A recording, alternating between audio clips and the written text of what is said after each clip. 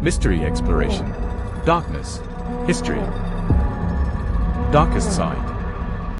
What if I told you that there once existed a kind of music so powerful, so transformative, that entire rulers, priests, and governments feared it?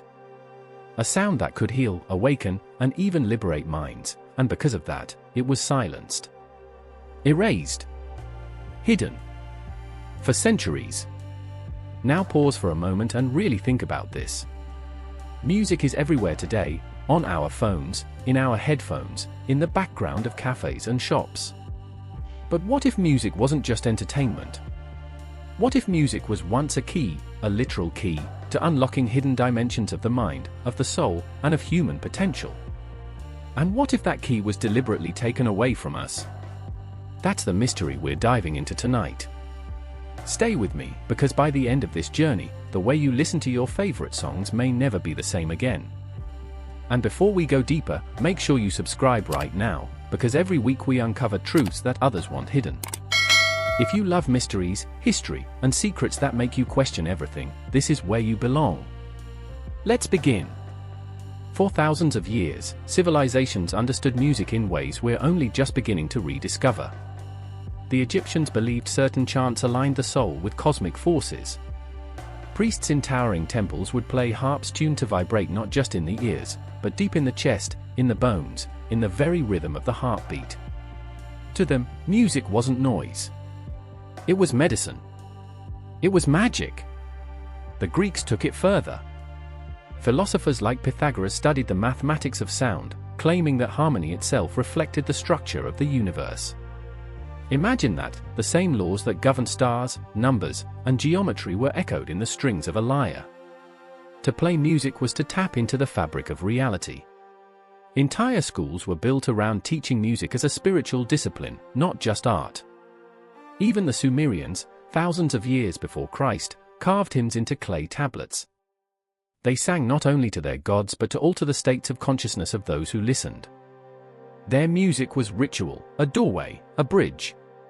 But here's the twist: this power was considered dangerous. You see, rulers quickly realized that music wasn't just for joy, it was for influence.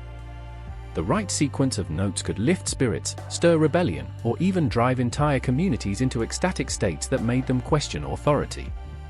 That was a problem. A very big problem.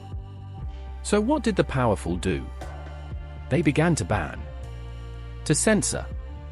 To twist the story. Some ancient Greek leaders claimed certain scales should never be played because they made soldiers too bold, or citizens too rebellious. In medieval Europe, church leaders labeled some chords as the devil's interval. Just imagine, two simple notes played together were said to summon chaos. So they restricted it.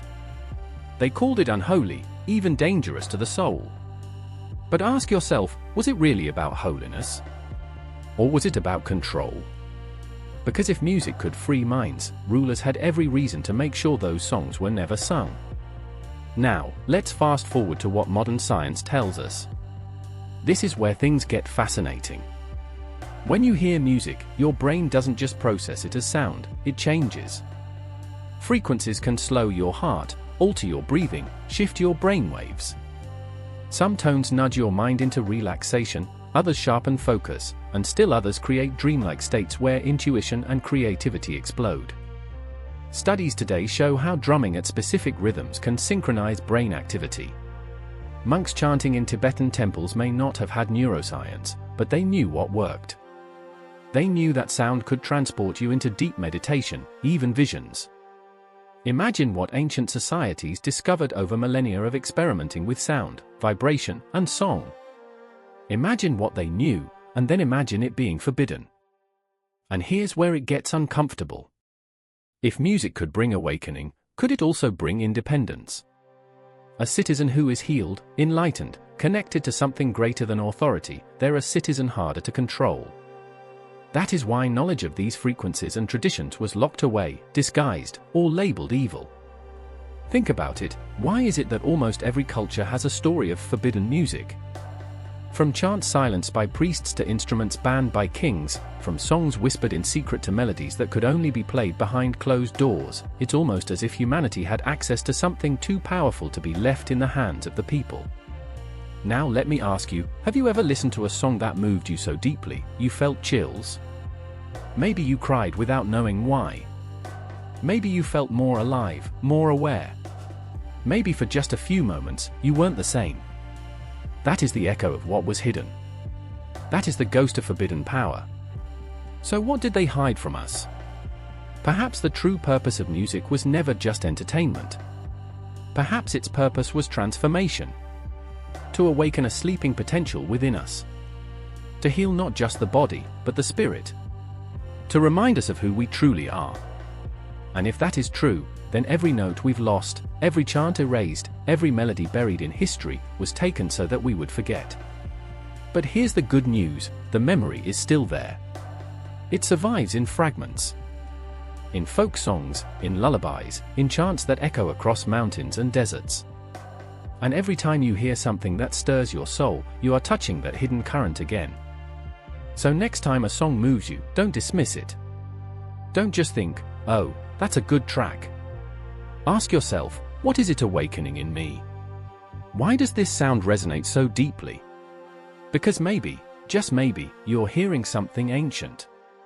Something that rulers once tried to bury. Something that belongs to you. Now, I want to know what you think. Do you believe certain sounds can alter consciousness? Do you think the bands were truly about morality or about control? Tell me in the comments below. I'll be reading through them because your perspective matters. And if you've been hooked by this journey tonight, make sure you subscribe. Don't just scroll away, hit that button right now. Because every week, we go deeper into mysteries like this, peeling back layers of history that most people never question. And when you subscribe, you're not just supporting this channel, you're joining a community of seekers who want the truth. So, as we close, remember this, music is not just art. It is memory. It is power. And every forbidden note you hear might just be a key, one that unlocks who we really are.